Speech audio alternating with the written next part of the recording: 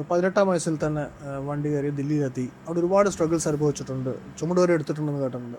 അപ്പം ഈ നഷ്ടപ്പെടാനൊന്നുമില്ല, കഷ്ടപ്പെടുകയാണെങ്കിൽ നമുക്ക് എങ്ങനെയും വിജയിക്കാം എന്നുള്ളൊരു ത്വര പണ്ട് മുതലൊക്കെ ഉണ്ടായിരുന്നു. ആ ഒരു ഡ്രൈവാണ് ഇന്നത്തെ കുട്ടികൾക്ക് ഇല്ലാത്തത്. ആ ഡ്രൈവ് അതിൽ കുറേയൊക്കെ ഉണ്ടല്ലോ, ജീവിത എക്സ്പീരിയൻസും. അന്നത്തെ സൊസൈറ്റി, ഇപ്പം എൻ്റെയൊക്കെ ചെറുപ്പകാലത്തുള്ള സൊസൈറ്റി അല്ല ഇപ്പോഴത്തെ society. Society has evolved. But when society has evolved, the question is how the youth is conceiving it. ഒരു ക്ലാസിക് എക്സാമ്പിൾ ഞാൻ പറയാം. 10 വർഷം മുമ്പ് 10 വയസ്സ് പ്രായമുണ്ടായിരുന്ന പിള്ളേരിൽ എത്ര പിള്ളേർ കേരളത്തിലുണ്ട്? Once the society or the youth of a nation, our country or state, they lose the trust and confidence in the system,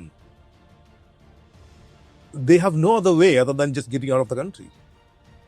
ഇപ്പം അവരെ സംബന്ധിച്ചിടത്തോളം how can I have make my living, അതാണ് പ്രൈമറി.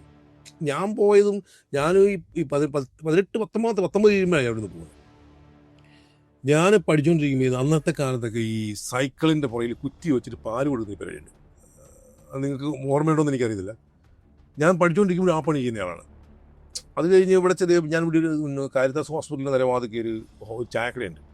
അപ്പോൾ അവിടെ BDC കഴിഞ്ഞു ഇച്ചിരി നേരെ പോയി ചെല്ലുന്നത്, ഞാൻ അവിടെ എൻ്റെ ഒരു കൂട്ടുകാരൻ മരിച്ചുപോയി, ബോസാണ് ചായക്കട ചായ ഇടിക്കുന്നത്. അപ്പോൾ അവരുടെ എന്തോ ബിസിനസ്സൊക്കെ തുടങ്ങി അവരങ്ങോട്ട് മാറി. അപ്പോൾ അവരെന്നോട് പറഞ്ഞാൽ ഇങ്ങനെ അവിടെ ഒരു ചായക്കടയിൽ ചായ ഇടിയത് ഒരു ദിവസം 10 രൂപ.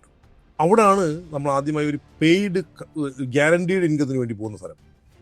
അപ്പോൾ ചായക്കട ചായ ഇടിക്കുന്നത്. അപ്പോൾ അത് കഴിഞ്ഞപ്പോൾ എൻ്റെ കുറേ സുഹൃത്തുക്കൾ ഡൽഹിയിലുണ്ട്.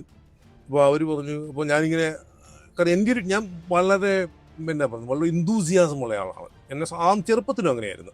ഞാൻ പോയ പോലെ അല്ല ഇപ്പോൾ യൂത്ത് പോകുന്നത്. യൂത്തിൽ ഓണം പറയുന്നതൊക്കെ വെച്ച് വലിയൊരു ലയബിലിറ്റി ആയിട്ടാണ് പോകുന്നത്.